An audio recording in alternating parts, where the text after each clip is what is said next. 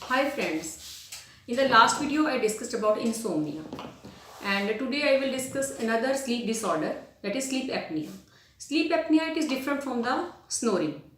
आज मैं डिस्कस करूंगी स्लीप एपनिया क्या होता है, इसके रीजंस क्या है और कितनी तरह का होता है और होम्योपैथी में 4 ऐसी कौन सी दवाइयाँ हैं जो इफेक्टिव हैं इसको ठीक करने के लिए। और नेक्स्ट वीडियो में I will discuss about the snoring.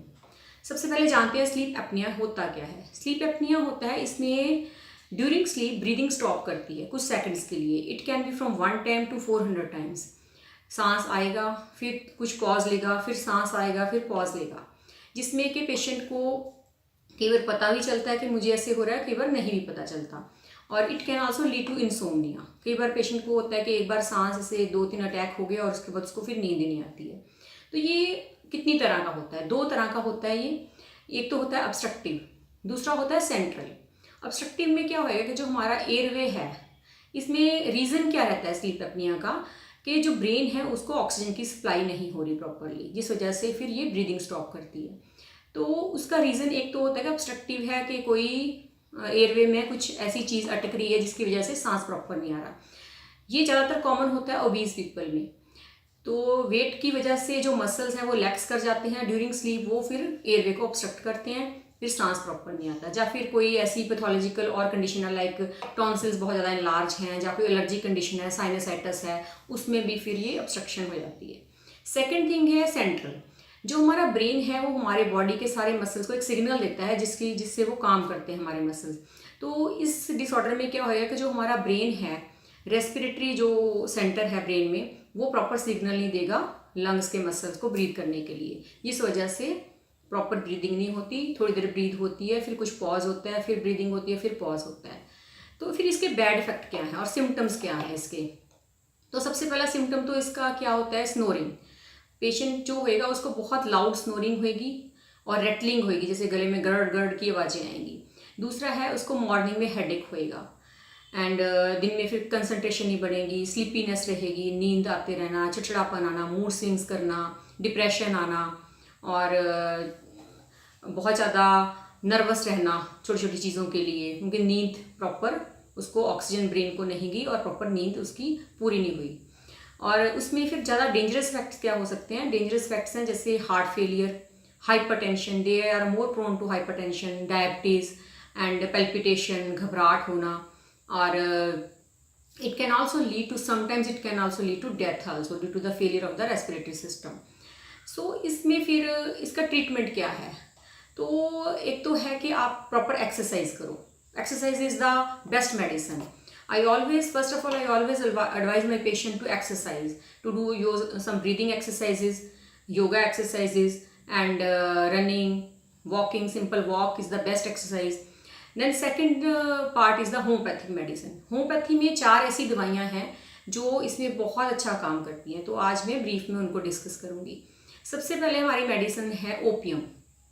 Opium का जो होता है वो सेंट्रल नर्वस सिस्टम जो होता है उस पर काम करती है। तो ये इसमें सेंसेस बहुत ज़्यादा रिड्यूस हो जाती हैं ओपियम मेडिसिन में।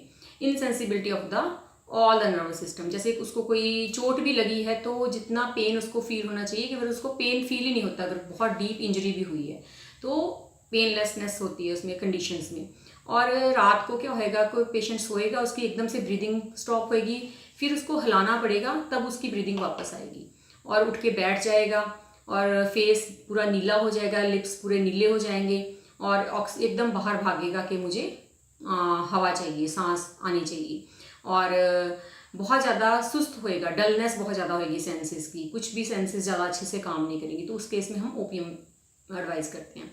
सेकेंड मेडिसिन है ग्रेंडेलिया। ग्रेंडेलिया में भी सेम ऐसे ही होता है, जो सेंट्रल नर्वस सिस्टम है वो प्रॉपर सिग्नल नहीं देता लंग्स के मसल्स को टू ब्रीथ। तो फिर वही ड्यूरिंग स्लीप ब्रीदिंग रुकेगी और एकदम से उठ के बैठ जाएगा। तो ऐसे बार बार एपिसोड्स होते रहेंगे स्टॉपेज ऑफ ब्रीदिंग के, और कोऑर्डिनेशन प्रॉपर नहीं होएगी इसमें। और उसको सांस लेने के लिए बहुत ज़्यादा मेहनत करनी पड़ेगी कि मुझे सांस आ जाए, मेरे अंदर हवा की कमी हो रही है, ऐसी फीलिंग आएगी।